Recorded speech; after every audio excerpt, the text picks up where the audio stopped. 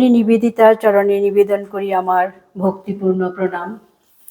উপস্থিত মহারাজকে জানাই আমার প্রণাম। সাধু ভক্তমণ্ডলীকে জানাই আমার আন্তরিক শ্রদ্ধা ও প্রণাম। মহারাজ আমাকে যে বিষয়টি পাঠ করার সুযোগ দিয়েছেন এবং অনুপ্রাণিত করেছেন সেটি হলো ভক্তি প্রসঙ্গে পত্রাবলী।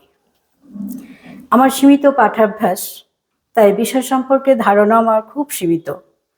যে বইগুলোর সাহায্য নিয়ে আমি এই বিষয়ে আলোচনা করার জন্য প্রচেষ্ট হয়েছি সেগুলি হলো বিবেকানন্দের ভক্তিযোগ, বাণী সঞ্চয়ন পত্রাবলী এবং রামকৃষ্ণ যুগধর্ম স্বামী ভূতেশ্বরানন্দজি মহারাজ। ভক্তি প্রসঙ্গে আলোচনার ভক্তি কি সেইটি সম্পর্কে জানার চেষ্টা করি। নারদীয় ভক্তি সূত্রে আছে ভক্তি ঈশ্বরে পরম প্রেম স্বরূপ। শঙ্কর বলেছেন নিজ স্বরূপের অনুসন্ধানেই ভক্তি বলে। ব্যাস পতঞ্জলি বলেন যার দ্বারা পরম পুরুষের কৃপার আবির্ভাব হয়। শাণ্ডিল্যের মতে ঈশ্বরের পরমানুরক্তই ভক্তি। ভক্তরাজ প্রহ্লাদ বলেন কোনো আকাঙ্ক্ষা না রেখে তীব্র আগ্রহ ও আসক্তি নিয়ে হৃদয়ে পরম প্রভু ঈশ্বরকে স্মরণ রাখার নামই ভক্তি। ভক্তি শব্দটি খুব ছোট্ট হলেও তার ভিতর যে আছে গভীর ভাব ও ভাবনার বিষয়, ব্যাকুলতা, ঈশ্বরের পরম অনুরাগই হচ্ছে ভক্তি। ভক্তি তো ভক্ত হৃদয়েই উদয় হয়। ভক্তির ব্যাকুলতায় ভক্তের চোখ অশ্রু সজল হয়ে ওঠে আর বলে ঠাকুর আমায় শুদ্ধা ভক্তি দাও। সহজ পথ, তবে গোড়ামির গেরোয় পড়লে বিভ্রান্ত হওয়াও খুব সহজ। ভগবানের ভক্তি নানাভাবে প্রকাশ পায়, যেমন শ্রদ্ধা, প্রীতি, শান্ত, সখ্য, বাৎসল্য, দাস্য ইত্যাদি। ভক্তবৎসল ভগবান তাকে যে যেমন ভাবে চায় তেমন ভাবেই পায়। প্রকৃত ভক্ত হৃদয়ের ভক্তি পিতামাতা, গুরু, দেশ তথা সারা বিশ্বকে আধ্যাত্মিক শান্তির বার্তা দেয়, যেমন শ্রীরামকৃষ্ণের ভক্তমালিকার ভক্তবৃন্দ। তন্মধ্যে স্বামী বিবেকানন্দের ভক্তি প্রসঙ্গে পত্রাবলী বিশেষভাবে উল্লেখযোগ্য। ভাবের রাজা বিবেকানন্দ প্রতিটি ভাবে অবাধে বিচরণ করেছেন ও আমাদের সামনে দৃষ্টান্ত রেখেছেন। শ্রদ্ধাভাব, মাতৃস্নেহ, ভালোবাসা ঈশ্বরের করুণা ঘন ভালোবাসাকেই প্রতিফলিত করে। ঈশ্বরের সাক্ষাৎ নররূপ হচ্ছেন মা। এই বোধে সমৃদ্ধ মাতৃগত প্রাণ শ্রীরামকৃষ্ণের অভিন্ন মূর্তি বিবেকানন্দ। জ্যোতিরাজ মহাসন্ন্যাসী সর্বত্যাগী হয়েও বিশ্বরক্ষার বিপুল কর্মব্যস্ততার মধ্যে মায়ের দুঃখে সাড়া দিয়েছেন। 1894 খ্রিস্টাব্দে বন্ধু দেওয়ানজিকে লিখছেন, আপনি নিশ্চয়ই জানেন আমি একটা হৃদয়হীন পাষাণ নই। আমি পৃথিবীতে যদি কাউকে ভালোবাসি তিনি হচ্ছেন আমার মা। তবুও আমার বিশ্বাস আমি যদি সংসার ত্যাগ করে না আসতাম তবে ঠাকুর শ্রী রামকৃষ্ণ পরমহংসদেব যে পবিত্র ধর্মবাণী প্রচার করতে এসেছিলেন তা অসমাপ্ত থেকে যেত। তাছাড়া ওই নবীন যুবক দল যারা আজ জড়বাদ ও বিলাস পেষণের প্রবল ঢেউকে প্রাচীরের মতো রোধ করে দাঁড়িয়েছে, তারাই বা কোথায় যেত? ভারতে তথা বঙ্গদেশের কত যে উপকার হয়েছে তা বলার নয়। আর এই তো শুরু। ঠাকুরের ইচ্ছায় ওরা আরো অনেক কাজ করবে, যার জন্য যুগ যুগ ধরে সমস্ত জগৎ ওদের আশীর্বাদ করবে। সুতরাং একদিকে আমার ভারতীয় ধর্ম ও সারা জগতের ভবিষ্যৎ সম্বন্ধে চেতনা, কোটি কোটি নিমজ্জমান ভারতবাসীর প্রতি শ্রদ্ধা ভালোবাসা, অপরদিকে আমার মা, আত্মীয় পরিজন।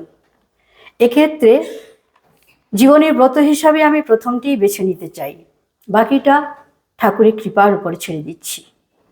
এখানে শ্রদ্ধাবনত শিরেই বলতেই হয়, মাতৃভক্তি, দেশভক্তি, গুরুভক্তি, ঈশ্বর ভক্তি অভিন্ন হয়ে গেছে। প্রীতিভাব, ভগবত চিন্তায় আনন্দানুভব। যে ভক্ত হতে চায় তা সদা প্রফুল্ল থাকা, চিত্তে থাকা প্রয়োজন। স্বামীজি বলেছেন প্রফুল্লতা প্রয়োজন, তাই বলে অতিরিক্ত আমোদ আহ্লাদে মাত্রে চলবে না। অতিরিক্ত হাস্য কৌতুক আমাদেরকে গভীর চিন্তায় অক্ষম করে ফেলে।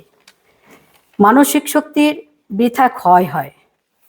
গুরুমূর্তি ধ্যান করতে হয়, পরে সেখানে ইষ্টমূর্তি বসাতে হয়। এখানে প্রীতিপাত্র ইষ্টরূপে গ্রাহ্য। মনুষ্যে ঈশ্বর আরোপ করা বড়ই মুশকিল, কিন্তু চেষ্টা করলে অবশ্যই হবে। প্রত্যেক মানুষে ঈশ্বর আরোপ করা বড়ই মুশকিল। প্রত্যেক মানুষ জানুক বা না জানুক, প্রতি মানুষেই তিনি আছেন। ভক্তিতে সেই ঈশ্বর জাগ্রত হবেই হবে। তখনই ভক্ত গাইবে, প্রেম ভরে মন রে গাহ রামকৃষ্ণ নাম। আলাসিঙ্গাকে স্বামীজি লিখেছেন, সাহসী ও নির্ভীক হও, ধৈর্য ও বিশ্বাস মানুষকে সিংহ তুল্য বীর্যবান করে। মনে রেখো, গুরু ভক্ত বিশ্ব সংসার জয় করবে। সত্যি মনে বিস্ময় জাগে। কপট দক্ষিণ সন্ন্যাসী বিশ্বের সমস্ত মানবের দ্বারে দ্বারে ভারতীয় ঋষিদের সার্বদেশিক সার্বকালিক অখণ্ড আত্মার বাণী শুনিয়েছেন, আর গভীর প্রত্যয়ের সঙ্গে বলছেন, যতদিন তিনি শ্রীরামকৃষ্ণ আমার মাথায় হাত রাখছেন, ততদিন কারো দাবাবার জো আছে কি? কি গভীর ভক্তিপূর্ণ বিশ্বাস ও ভরসা, শান্তভাব। যখন মানুষের হৃদয়ে ঈশ্বরের প্রতি প্রেমাগ্নি প্রজ্বলিত হয় নাই, বাহ্য ক্রিয়াকলাপ ও ভক্তি অপেক্ষা একটু ভালোবাসার উদয় হয়েছে, প্রকৃত প্রেম জেগেছে, এই অবস্থা ধীর স্থির নম্র, একেই বলে শান্ত ভক্তি। এই ভক্তিতে তীব্রতা নেই, সখ্য। এই সখ্যভাবে, সখ্য প্রেমের সাধক ভগবানকে বন্ধুভাবেই জানেন। তিনি তার সৃষ্ট বিশ্ব নিয়ে নিয়ত খেলা করছেন, আমরা তাদের খেলার সাথী। তিনি ভাঙছেন, গড়ছেন, তাণ্ডব করছেন, আর ভক্ত আন্তরিকভাবে গ্রহণ করছেন সব দুঃখ কষ্ট ভালোবেসে, আর গাইছেন, আজি ঝড়ের রাতে তোমার অভিসার, পরাণ সখা বন্ধু হে আমার। ঈশ্বর সব অবস্থাতেই বন্ধু। আবার গাইছেন, আমায় হাত ধরে নিয়ে চলো সখা, আমি যে পথ চিনি না। বাৎসল্য ভাব। এই পর্যায়ে ভগবানকে সন্তান ভাবতে হয়। এর উদ্দেশ্য ঈশ্বর থেকে ঐশ্বর্য ভাবকে দূরে সরিয়ে রাখা। ঐশ্বর্য ভাবের সাথে ভয় আসে, ভালোবাসায় ভয় থাকা কাম্য নয়। সন্তান সবসময় গ্রহীতা। ভক্ত সাধিকা অঘরমণি দেবী ওরফে গোপালের মা, তার জীবনে বাৎসল্য রসের চরম পরিণতি অত্যন্ত মধুর হয়েছিল। তিনি শ্রী ভগবানের ভাবগণ বালগোপাল মূর্তি দর্শনে ধন্য কৃতার্থ হয়েছেন। শাসন করছেন, আদর করছেন, যত্ন করছেন, খাওয়াচ্ছেন, আর প্রাণ ঢেলে ভালোবাসছেন। এই প্রাণ ঢালা ভালোবাসাই তো ঈশ্বর লাভ ঘটায়। দাস্য ভক্তি। এই অবস্থায় মানুষ নিজেকে ঈশ্বরের দাস ভাবে। বিশ্বাসী ভৃত্যের প্রভু ভক্তি আদর্শ। নিজেকে উজাড় করে দিয়ে ভালোবাসা। স্বামীজি তার পত্রাবলীতে প্রমোদবাবুকে লিখেছেন, আমি রামকৃষ্ণের গোলাম, আমি তার নির্দেশ লঙ্ঘন করতে পারি না, তার বাক্য আপ্তবাক্যের ন্যায় আমি বিশ্বাস করতে বাধ্য। আমার উপর তার নির্দেশ এই যে, 1 নম্বর, তার দ্বারা স্থাপিত ত্যাগী মণ্ডলীর দাসত্ব আমি করব। তার আদেশ ত্যাগী সেবক মণ্ডলী যেন একত্রিত থাকে, তার জন্য আমি ভারপ্রাপ্ত। অতএব উক্ত নির্দেশক্রমে তার সন্ন্যাসী মণ্ডলী বরানগরে একটি পুরাতন জীর্ণবাটিতে একত্রিত আছেন।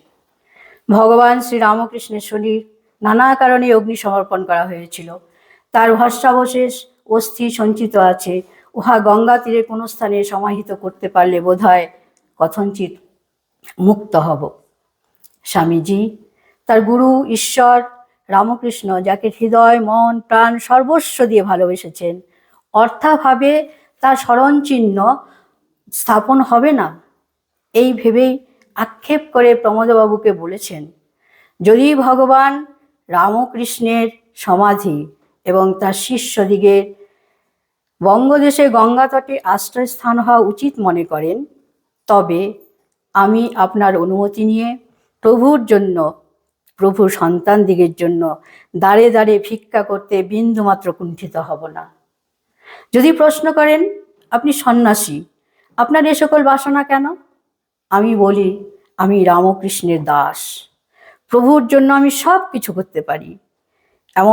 এমনই হচ্ছে দাস্যভক্তি ও প্রভু ভক্তি। ভক্তিযোগ প্রেমের উচ্চতম বিকাশের বিজ্ঞান স্বরূপ। ভক্তিযোগ আমাদিগকে নিয়ন্ত্রিত করে, ভালোবাসাকে যথার্থ পথে পরিচালনা করে, আধ্যাত্মিক শান্তি লাভ করার উপায় বলে দেয়। কোনো বাসনা না রেখে ভালোবাসতে হয়। নানা প্রতিকূল অবস্থাতে স্থির অবিচল রাখে, নির্দিষ্ট লক্ষ্যে পৌঁছে দেয়। স্বামীজি জীবনের শেষ লগ্নে জনৈক আমেরিকান বন্ধুকে লিখেছেন, আমার তরী ক্রমশ শান্তির বন্দরের নিকটবর্তী হচ্ছে। জয় মা, জয় মা। আর আমার নিজের কোনো আকাঙ্ক্ষা বা উচ্চাভিলাষ নাই। মায়েরই নাম ধন্য হোক। আমি শ্রীরামকৃষ্ণের দাস, আমি যন্ত্রমাত্র, আর কিছু জানি না, জানবার আকাঙ্ক্ষাও নাই। জয় গুরু মহারাজ জি কি জয়। আমরাও স্বামীজির পদাঙ্ক অনুসরণ করে যেন বলি, জয় জয় গুরু মহারাজ জি কি জয়, জয় গুরু মহারাজ জি কি জয়।